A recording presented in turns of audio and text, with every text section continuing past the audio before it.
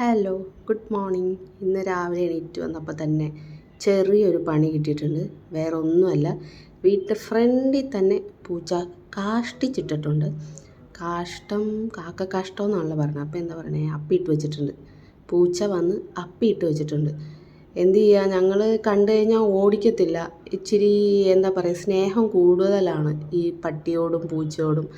എനിക്കാണെങ്കിലും ബിജുവിനാണെങ്കിലും. അതുകൊണ്ട് തന്നെ ഞങ്ങളങ്ങനെ ഓടിച്ചു വിടുകയോ അങ്ങനെ ഒന്നും ചെയ്യാറില്ല. പിന്നെ ഫുഡ് അങ്ങനെ കൊടുക്കാറില്ല. കാരണം ഇവിടെ ഇഷ്ടംപോലെ ആൾക്കാർ ഫുഡ് കൊടുക്കുന്ന കാരണം ഞങ്ങളങ്ങനെ ഫുഡ് കൊടുത്ത് പ്രോത്സാഹിപ്പിക്കാറില്ല. പക്ഷേ ഞങ്ങൾക്ക് ഫുഡ് കൊടുക്കാത്തതുകൊണ്ടാണോ എന്നറിയത്തില്ല, ഇടയ്ക്കിടയ്ക്ക് ഇങ്ങനെ ഓരോ പണി തന്നിട്ട് പോകും. ഇതിനു മുമ്പ് ആ കാർപ്പറ്റിലാണ് കാഷ്ടിച്ചിട്ടത്. പക്ഷേ ദൈവം സഹായിച്ച് ഇന്നിപ്പോൾ ജസ്റ്റ് മിസ്സ്, തൊട്ടില്ല എന്നും പറഞ്ഞാണ് പുള്ളിക്കാരൻ വന്ന് കാര്യം സാധിച്ചിട്ട് പോയത്. എന്തായാലും എന്താ പറയുക, എനിക്ക് കുറച്ച് എന്താ പറയുക, സ്നേഹക്കൂടുതലുണ്ട് ഈ വക ജീവികളോട്. ബിജു അന്നേ പറഞ്ഞ് കണ്ടു കഴിഞ്ഞാൽ ഓടിക്കണമെന്ന്. പക്ഷേ ഞാൻ ഓടിക്കാറില്ല, പാവങ്ങളല്ലേ, എങ്ങനെയെങ്കിലും ജീവിച്ച് പോട്ടെ എന്ന് വിചാരിച്ചിട്ട്. പിന്നെ അതെല്ലാം വൃത്തിയാക്കിയിട്ട് വന്ന് എൻ്റെ പണിയിലോട്ട് ഞാൻ കിടന്നു.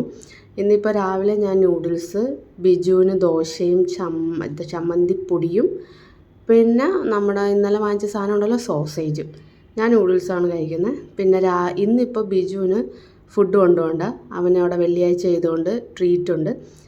എനിക്ക് പക്ഷേ എന്തെങ്കിലുമൊക്കെ കൊണ്ടുപോകണം. അതുകൊണ്ട് ഞാനൊരു മസാലയൊക്കെ കൂടി ഇട്ടൊരു ചോറങ്ങ് ഉണ്ടാക്കി. വേറെ കുഴപ്പങ്ങളൊന്നുമില്ല. ഇച്ചിരി ഉപ്പ് കൂടിപ്പോയോ എന്നൊരു സംശയമുണ്ട്. സംശയമല്ല, നല്ല ഉപ്പായിരുന്നു.